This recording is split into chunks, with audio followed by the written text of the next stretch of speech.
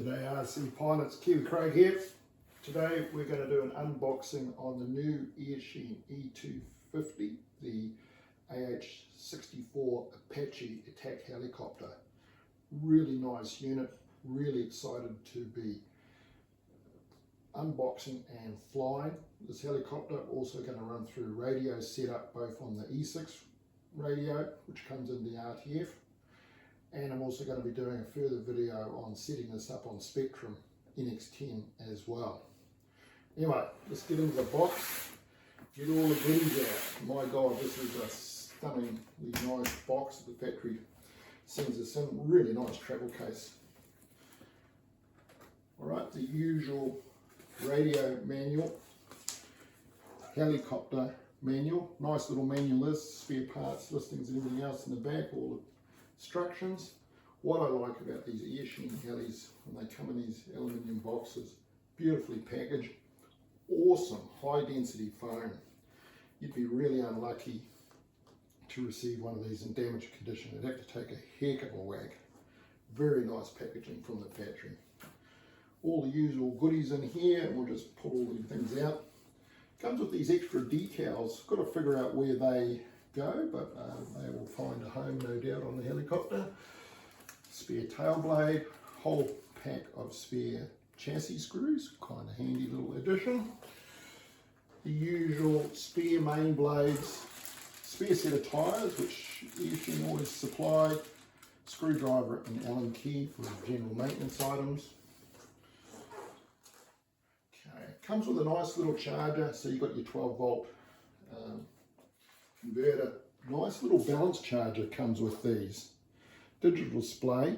Good thing is 2, 3 and 4S capable, so I can see this being used on my little microplane batteries as well. Nice little charger. The usual Eachine E6 radio. Nice little radios these. Pre-programmed from the factory for the Apache. I like to add a little bit of expo into my setups, around 15%. I'll do a video later on showing how to fine tune all these radios and show what all the settings do. Good little radio, ready to go. Add your 4 AAs in the back, turn it on, bind, off. Battery unit comes with a big 1800C battery. 3S factory are saying 10 to 12 minutes fly time, and it's a pretty chunky, pretty big battery by all accounts. Now, also the factory little charging cradle. Drop the battery in, plug into the supplied charger or into your aftermarket charger if you so wish. Nice little setups these. Helicopter itself has a battery also sitting in it. Now, the munitions, laser guided bombs, rocket launchers and a minigun. Pretty simple. These clip in onto the sponsons, nice little lug there, and they go. Same with the rocket launchers, just slide in, clip in. Once they're in, they're in. And the minigun assembly screws onto the bottom of the battery and the supplied screws as well in another little plastic bag like so. All right, let's get the gear out and have a good look. I can tell you now, the detail on this helicopter is absolutely second to none. It's an absolute star. Factory are really outdone themselves with this unit.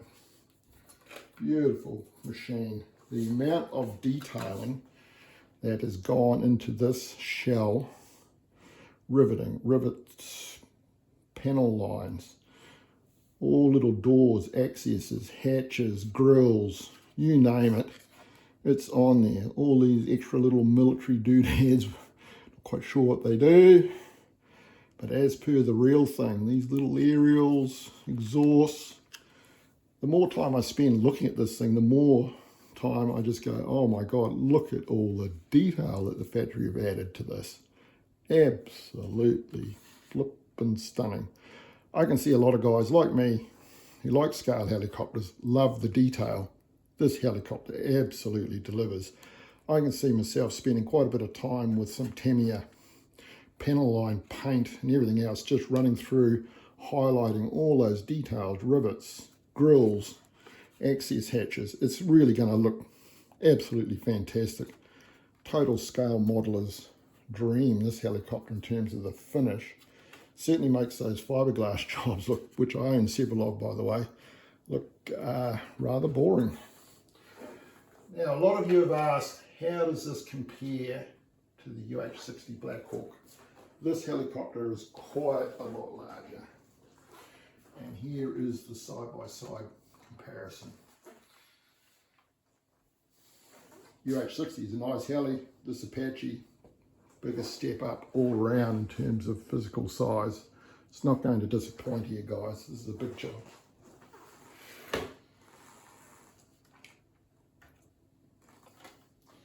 All right, we'll move that aside. Off her out of the way. Also has the scale suspension, spring loaded and quite stiff, which is important so it doesn't roll over on sitting on the pad, right? But it's got that all important give.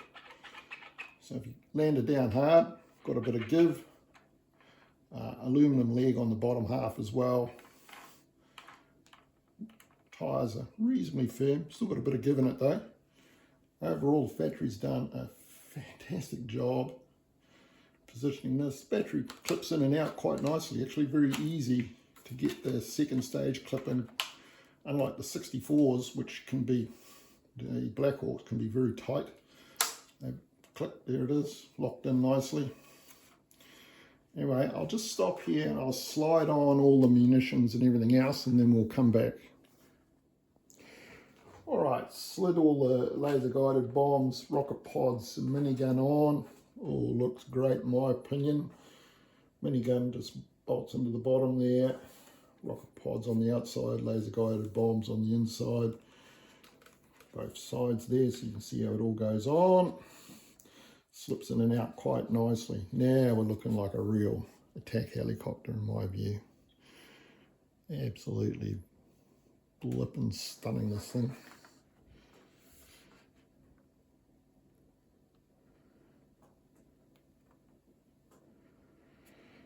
The more you look, the more details you see, the more impressive this helicopter is. Absolutely brilliant. First rate job from the factory, quite frankly.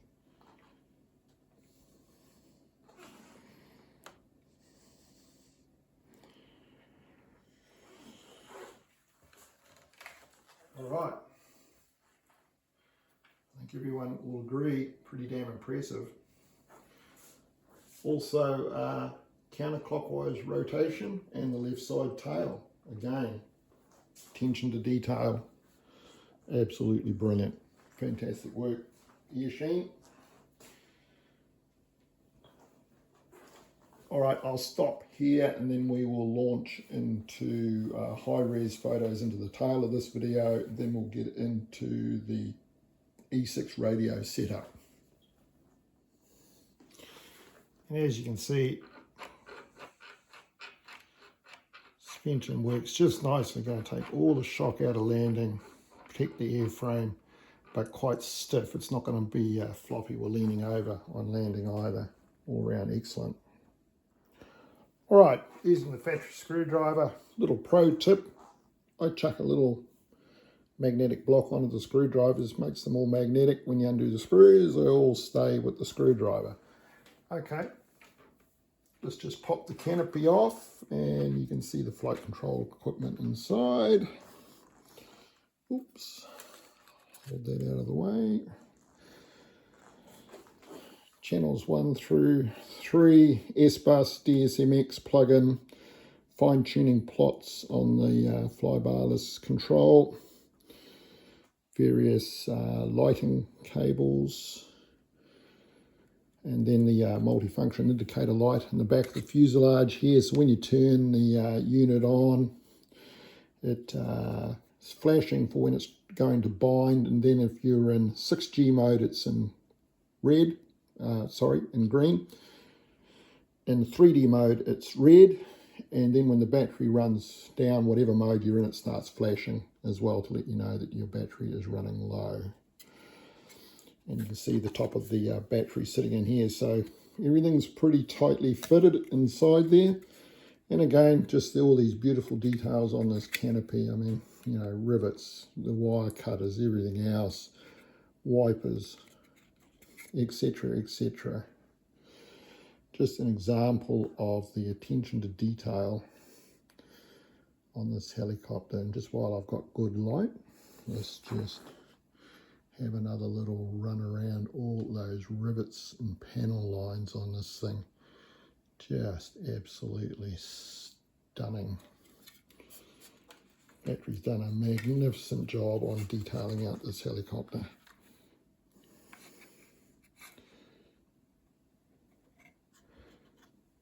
Decals really nicely applied as well.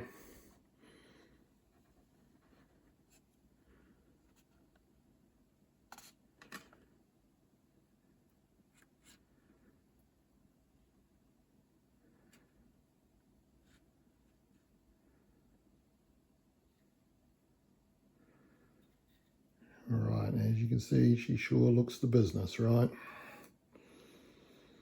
Man, I'm looking forward to flying this down at my park, that's for sure. Okay, let's get a little closer look into the radio.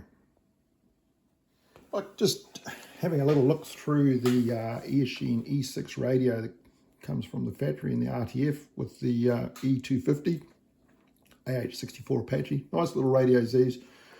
And you can get in and set all the settings to your heart's content. And I've already made a few tweaks on the radio settings.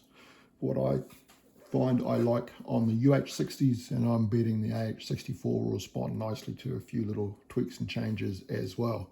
Good little radios these. If you have the throttle stick up, we have idle up on, and you turn it on, it won't allow you to bind. It goes, what the heck do you think you're doing? Get the throttle down. Bingo, we're in. Now, it takes a little bit of figuring out how to run a couple of these menus.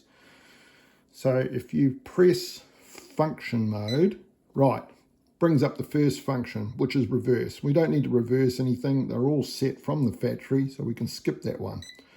Hit the select button. Next one is dual rate, and you can see the channels where the dual rates are highlighted. Next one down is expo, elevator, aileron, rudder. Throttle curve, two throttle curves in here, one in 6G non-idle up mode, and then a different curve for idle up 3D mode. Pitch curve, two different pitch curves as well, depending on which setting you go for. There's a linear pitch curve, straight linear inline in 3D mode, and in 6G mode it softens the bottom of the pitch curve out dramatically. Gyro settings, these are just on-off settings, right? So if you're in 6G mode like we're there, the factory default is 75. Flick to 3D mode, the factory default is 25. It's just a switch. It's one or the other. It doesn't matter if it's 35, 45, so long as it's higher than 0 or lower. 0 to 50, 50 to 100, right? It just doesn't matter. You don't fine tune, it doesn't soften or increase the gyro effect. It just switches one to the other. So there's no advantage in changing any of those values. Then brings it up into which model. And so model 0 is the default. You can have up to 10 models in these radios. So that's just allowing you to select a different model and go in and tune that one. And because it's been selected for helicopter, it's flashing helicopter telling you're in the heli mode. And because it's in heli mode, it will then go, what swash have you got? And that's the factory default. There are 2 swash types in here as well. It then comes into sub trim, which is all set to 0 at this point in time. There is also a servo leveling mode in the helicopter that you can use to trim all the servos up if you so need it, rather than using the sub trim. Reverse, channel reversing, don't need to look into that, so we can skip past that. Dual rates. Now this is the tricky one, and everybody goes, how the heck do you get into this dual rates menu? Well, this is it. It's flashing away. We go function. Now the first one there, aileron, and you can go the negative travel, positive travel. You've got a dual rate in both directions, left or right. I'm in the right mode and you can see it's reading 70. If I go left, it's reading minus 70. You can see the one flashing. Now, if you want to change the value, up is down, just to complicate things, and down is up. But we want to leave that at 70, so I'm just going to go 70. Now, if I go that way, I've got plus 70. I'm going to go up, down, leave it at 70. Now, I want to get out of aileron. I want to get into the elevator settings. Push the elevator stick, up 70, down 70, right? So you can see the two values. I want to get into channel 4, rudder, hit channel 4. Right is 70, left is minus 70. Battery settings in low rate were 80. I like to pull it down a little bit slower just to slow it up more for the 3D mode to get a nice, easy flight function. On the UH-60 Blackhawk, some of them, I've got one of mine set right down at 60 in low rate, for example, just to tame it right off. Now, we are finished tweaking around in there. Function end. Use the select button. Now we're going to go down to expo. And the same now. Just to confuse things, expo is dead easy. You just press function mode. And you get each channel. So aileron, elevator, rudder, and there is no left and right. The same expo value is applied regardless. Has to be negative to soften. Battery setting is 0. I like negative 15. And I just keep selecting which one I want and say I want a bit less, say I want 10, right? I can leave that at 10, for example. Hit the next one over. Maybe I'll change that to 10 more, right? And then across to the rudder, and we'll change that down to 10 as well. And you just keep function mode, just keep cycling through. So I'm going to leave that now at 10 for my first flight, but I'm betting I'm going to be up at 15. You can just go function end. Short press. Now use select, go to the next one down. Throttle curve. Function. Now, because I'm in the now if I select idle up, that's switch forward, straight linear throttle. Factory setting was 75, I've eased them down to 70. Setting 2, setting 3, setting 4, setting 5, back to 1. Now, take it out of idle up, go back to the linear throttle mode, it's 0, and then jumps up. Would have been 70. I've taken it down to 60 just to slow it down. 60, 60, 60. So ramps up in power, then just goes constant. So that's where I'm going to leave that at this stage to try it out. Short press, function end. There we go. Now there's two pitch curves. Hit function mode. And this is the linear. No, this is the slow throttle curve. So the throttle curve comes up. There's not much, comes up on throttle, but there's not much pitch going on. So it's 40. Now if I go to idle up, it's down at 20. So anyway, let's see what these settings are. So this is in the soft setting, 40, 45, 44, 50. Then the pitch jumps up 65 and 80. So not much negative pitch. So you're not going to slam it into the ground. As soon as you go up through mid-stick, you're up at 50, and then you're flying in the top half of the stick range. Not much negative, not much chance of slamming into the deck. So we go back to here now. We just hit the idle up.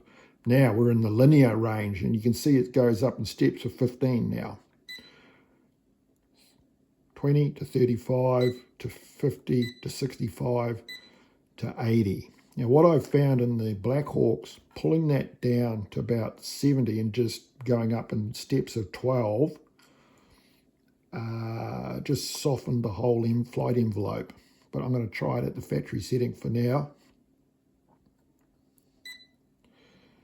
And if we're satisfied with all our settings in there, just short press function end. And like I said, the gyro settings are just presets, right? 25, 75, 3D mode, anything 0 to 50. 6G mode, 50 to 100. Factory just sits it in the middle, 25, 75. It is just a switch and nothing more. End function, and we're back to naught. Away we go. E6 radio. Just remember, in order to get into those dual rates and the channels, you've got to select the channel with the stick, which one you want to tweak. Aileron, elevator, rudder. And remember, there is a left and a right setting for each one. All right, and you've got to select each one to set it. Expo, only one setting, applies to both left, right, up, down settings. Great little radio, good fun. The other thing to note on the radio, you can adjust the stick height. I pull mine up by about 5 mils on the factory setting, just makes a bit more precision. And on the back of the radio, you can get in here and you can soften the spring off as well. I like a soft spring, tall sticks on my radios, personal preference. Hope that helps. Kiwi Craig, over and out.